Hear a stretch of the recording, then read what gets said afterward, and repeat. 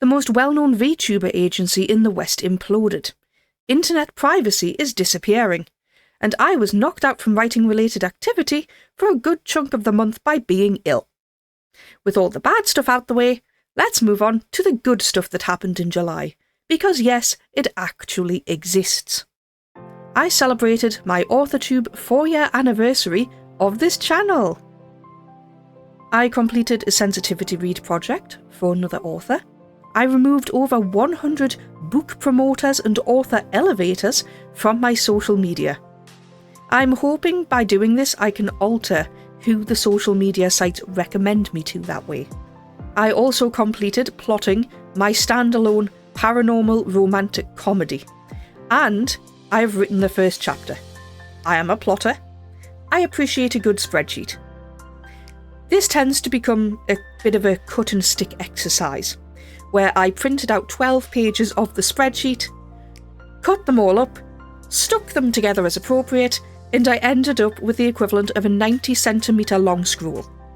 This is now a tradition that I do for every one of my novels, and I am really, really pleased with the outcome.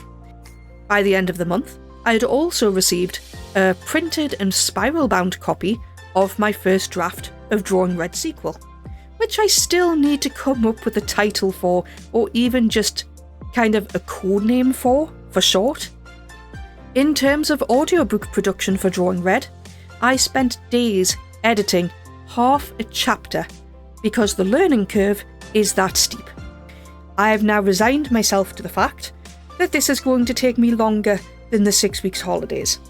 However, if there are any narrators who would like to approach me to do a royalty share for this, I would be listening. That sort of you coming to me would show that you have interest in my work beyond blanket auditions on ACX. Note on that, Drawing Red does have a female protagonist, and it is based in Britain, loosely based in Britain. Otherwise, I'm happy to march on with this by myself. My VTuber model, as you may have noticed, has had an upgrade by adding these feather ears to finish off my look. I also slightly adjusted some of the settings for how it moves, so it's not so quick and harsh. I have also introduced to my setup the free Elgato Stream Deck app on my phone, which lets me control it better during live streams when I'm hopping into different scenes and I can toggle different effects in and out. This month I also explored websites like Book Sirens and Booksprout, and launched a campaign to help find reviewers for Drawing Red. Because by the time my novel debuted, I'd reached burnout from doing all the promotion and social media handling myself.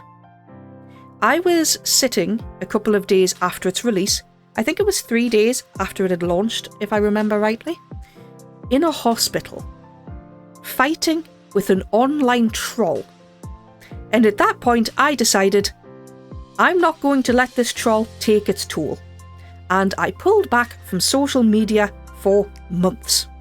But now I have a target to actively increase my novel's reviews without falling into the dreaded mindset of comparisonitis. If you want a free copy of Drawing Red in exchange for a review, a new campaign will be launching on Booksprout in the next few weeks, so stay tuned. If you think you'd like a YA paranormal romance and sci-fi novel with a bit of disability rep, then you should give it a go. Ultimately, I haven't streamed as much as I'd like, thanks to a mix of heat and a bout of food poisoning.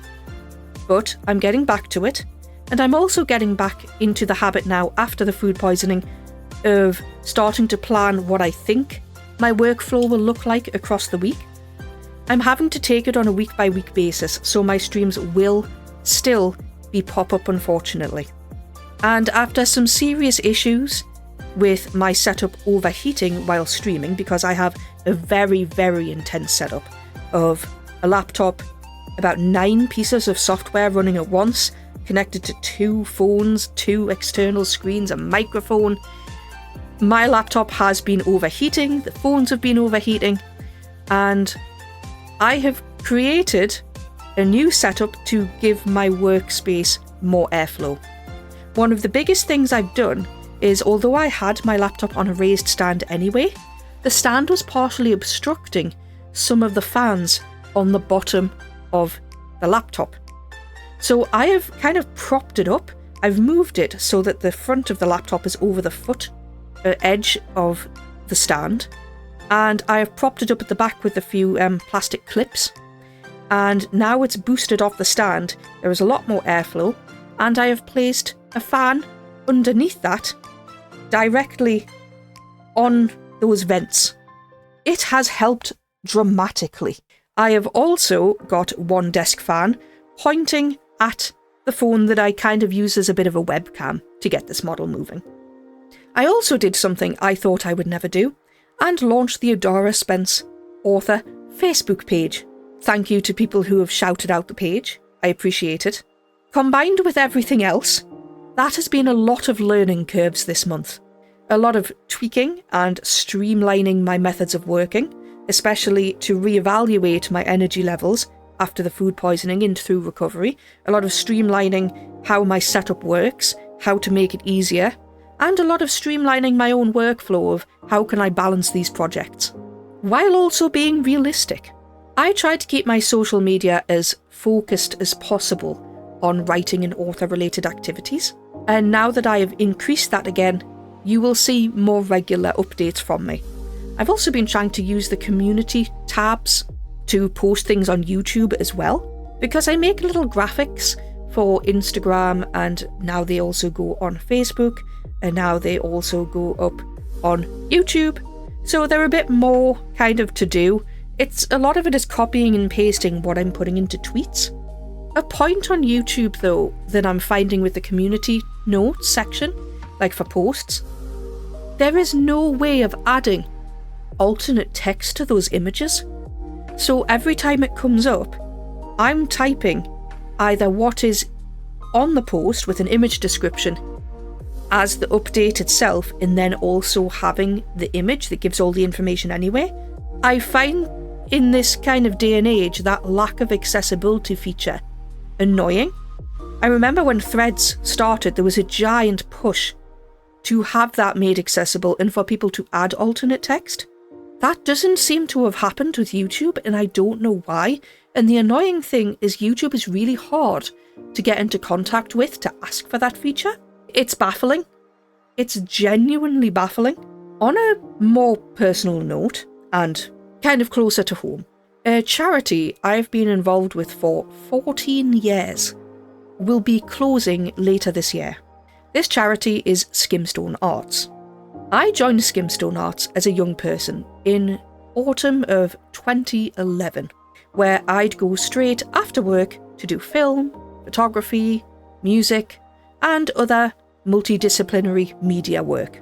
They specialise in helping people at risk of social isolation through art to make pieces and tell stories that are important to them, often about the world around them. I have been on their board of trustees for a few years now as a volunteer. I would like to personally thank them for all the hard work they have done as an arts charity over the years. I got a lot of the courage I needed to be working as an indie author from their multidisciplinary approach. I had the honour of speaking to the artistic director this month to reflect on my experiences there. What struck me was the way different people, agencies and organisations compose themselves and act. The VTuber agency VShoujo imploded within days of a whistleblower and is now facing accusation after scandal after accusation, with more and more things coming out almost every day as people fight with NDAs and all that jazz.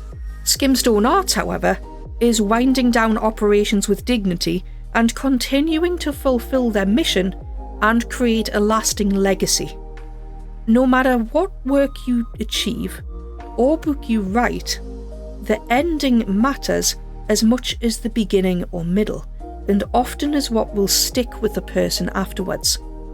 It will colour the light that people see you and your work in. So it got me thinking, and I'll put this question to you. As a writer, what will your legacy be?